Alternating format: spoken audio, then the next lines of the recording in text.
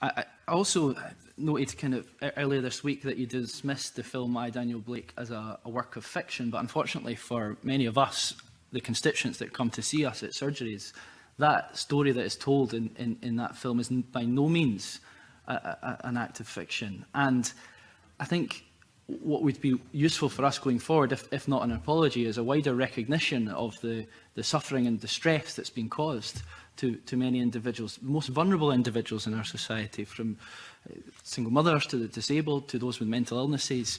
And I just think that, again, I want to give you an opportunity just to acknowledge that before we move forward together to think about how we use the powers of this Parliament to do things better with the 15% that's coming.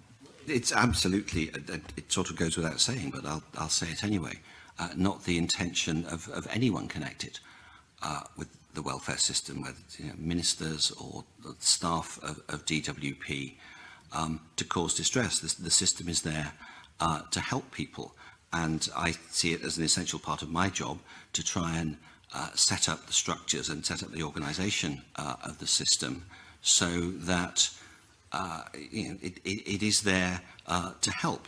We can. I genuinely don't know what your own personal view is about a sanctions regime.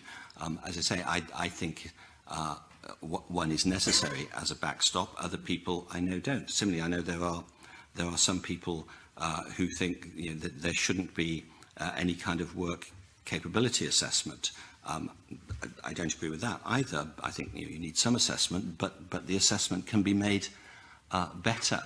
So I can only assure you and the committee and everyone that the whole purpose of the system is to help people and also to use the benefit system as a way not just to give people financial help, which obviously it does, but also to give them the tools, if we can, to take more control over their own lives, to make their own lives better. That seems to me the basis of any humane welfare system. You answered a question with Jeremy Corbyn with regards to I, Daniel Blake, and it just so happens that the writer of that is here today, and Paul Laverty is here, and he gave me this book on the way in, and it might be some light reading for you on your trip down to London, so you get the opportunity to actually experience it. And I do believe that the writer told me, Paul told me, that this was actually based on some of the ideas and the research that he had done, and also we can back it up as constituency MSPs at some of the horror stories